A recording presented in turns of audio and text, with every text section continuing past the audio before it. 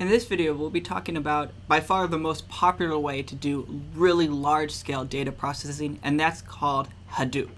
So Hadoop is a distributed framework to run MapReduce programs. There are multiple versions. We'll be talking about version 1 here. We'll be talking about version 2 in the next video, aka Yarn, in a little bit. Okay, so Hadoop, the thing that really is at the core of Hadoop is the distributed file system, often abbreviated HDFS. And this is designed to run on commodity hardware, basically cheap servers that you can just buy, they can be used and whatnot. The goal is that you basically want a super fast file system. And in order to do that, it implements basically a relaxed version of POSIX, which is kind of the standard file system rules that enable streaming access to file system data so that you can basically process data as quickly as you're able to get it. And the primary purpose, once again, of Hadoop is to enable large throughput access to large databases. Once again, speed is the name of the game here. And so to do that, what they basically do is instead of storing metadata like file names, access time, permissions, checksums, all of those with the file itself, instead they keep all of that data in what a dedicated server called the name node. And all the application data, all the actual file contents, the actual text of the file, are stored on other servers called data nodes. And all of these servers are fully connected and they can talk to each other through TCP-based protocols, and the file contents are often replicated across multiple data nodes. So, first multiple choice question, why would HDFS replicate file contents?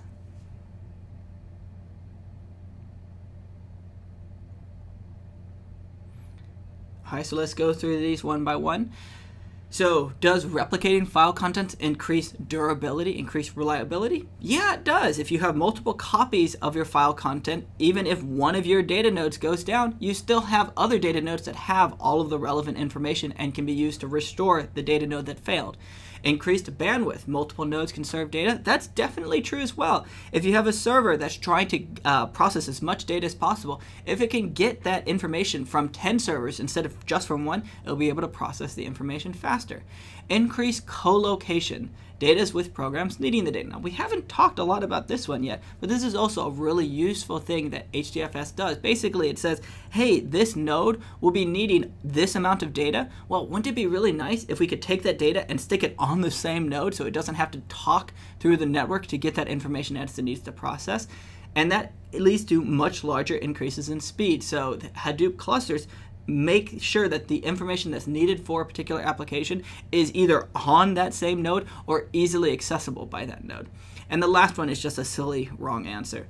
There's no reason that having replicated file contents would increase profitability directly, at least. Okay, so let's talk a little bit more about HDFS. So one of the big assumptions / goals for HDFS is that there will be hardware failures. The goal is that you're building this kind of large data center using commodity hardware, meaning that failure happens often. And so, especially if you have large data centers that have thousands of nodes, you need a system that's really smart at being able to both detect failure and recover from those failures. Another assumption is that you're primarily working with this through batch processing, meaning that you're basically submitting jobs to the system and that you want those jobs to finish as quickly as possible, but it's okay if it takes a little bit of time for your job to get started. You're not like at the terminal saying go and you're expecting it to give you the answer in 5 seconds, but you're submitting jobs that would take maybe years on a normal computer and expecting it to get done in hours through parallelization. The other thing is that we're assuming that there are large data sets. These are meant to handle huge files that are larger than terabyte-sized ranges. And another thing is we have generally a simple coherency model. This basically means that usually there's very few writers and very many readers. And in order to support this kind of operation, in general, files can't be updated. They can only be appended to. And this usually isn't too large a restriction because in general with these big data sets, you're not really modifying data in the data set. You're just adding more information as it comes in. Okay, so what are the parts of the Hadoop distributed file system? Well, you have the name node that we mentioned before, and it maintains basically how the file system works. It keeps track of all the in nodes, all the index nodes for where data is stored, all the block locations, where particular file content, who has permission, ownership, creation, access times, how large each file is, and how much space different users are allowed to have on the system, is basically the one in charge. And it also keeps what's called a write-ahead commit log, called a journal. And this is basically a way to keep checkpoints of what data has changed where, so that if something goes wrong, it can be restored to a particular point in time. You also have what are called secondary name nodes. And so because you only have one real true name node, all of these secondary name nodes exist as backups, and they can take over if the primary name node goes down. And then you have the data nodes. These are the ones that you usually have thousands of, and these are where you actually store the actual files. And the data nodes periodically report back to the name node via what's called a heartbeat mechanism, where just basically every few seconds they tell the name node, I'm alive, I'm well, all of my data looks good, here's my checksum, and so forth. So the name node can keep track of which data nodes are in a good state of health or which ones need to be fixed. All right. So actually going back to Hadoop that uses this distributed system, MapReduce is by far the most prevalent application. Most people who are using Hadoop are using MapReduce to formulate their programs. However, there are many other alternatives, and I'm going to be talking about some of them in a bit more detail. One is called Pig. This is a application data flow language that uses the language called Pig Latin. Now, again, fun names. And what it does is it takes a script, which is called a Pig script, and translates it into a directed acyclic graph of MapReduce jobs. You don't have to know about the details for that. We'll actually be showing you some examples of some Pig scripts in a little bit. There's also another program called Hive, which basically allows you to write SQL that will get transformed into MapReduce jobs. So for people who don't want to learn how to formulate their data processing task in MapReduce language, they can just write SQL commands, and Hive will basically turn it into MapReduce jobs underneath, and then provide the series of tuple results, like as if it was actually a SQL database that was running everything.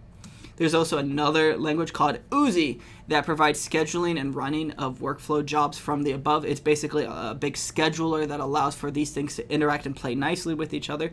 There's one called, I don't even know how you pronounce that, Scoop, that allows you to move data efficiently between Hadoop and relational databases. So if you have a lot of data in traditional relational databases that you need to move to Hadoop, or if you have Hadoop data that after processing you want to move to relational databases to do other sorts of analysis, you would use this program. There's also HBase, which is a column-based database that hopefully you guys are all familiar with from last week. Okay, so let's talk a little bit more about Apache Pig. So MapReduce is really great.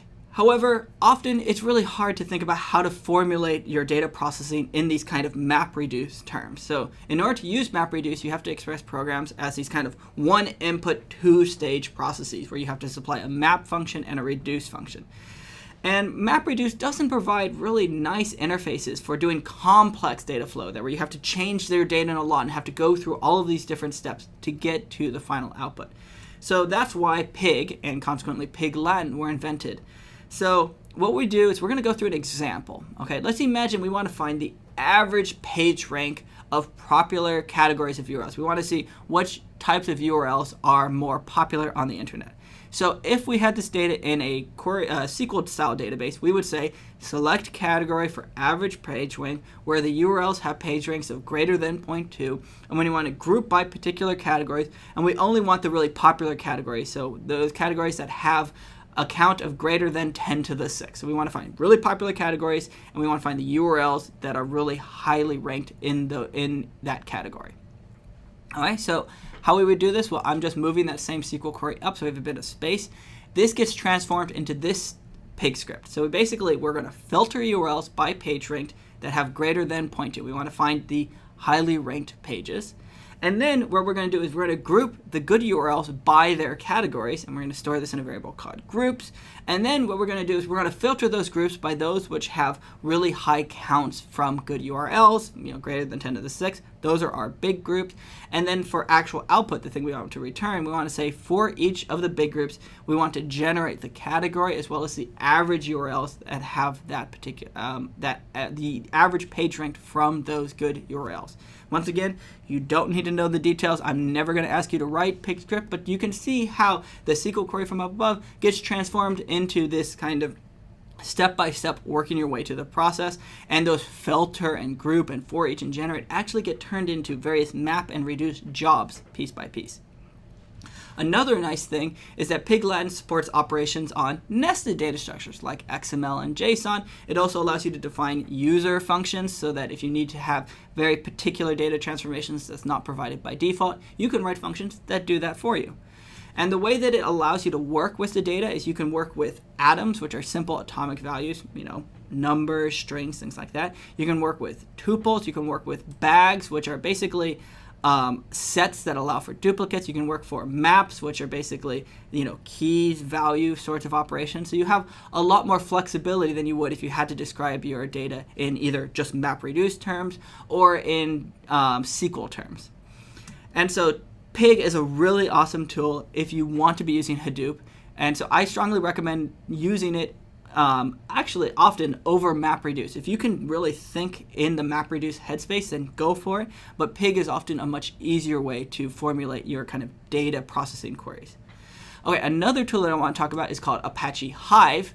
And Hive is for basically people who want to use SQL for big data jobs. And so the Hive query language, HiveQL, is basically a subset of SQL that includes joins and group by operations as well as other useful functions. And one really nice thing is that tables that are stored in Hive are linked to directories in the Hadoop data file system, and you can actually very easily specify horizontal partitions to basically say, hey, I have this weblog table, okay, and I don't want all of the rows in the table to just be stored all together. Instead, I want to partition it so that I want all of the weblogs from a particular day to be on a particular data node. And then within that day, I want to be able to select data by particular hours and things like that. And so you can structure your data in a very similar way to the way that you might want to be querying for it. You can also store a table that is bucketed according to a set of columns. And this basically means that for particular data sets, you have a much easier way to access particular rows in there.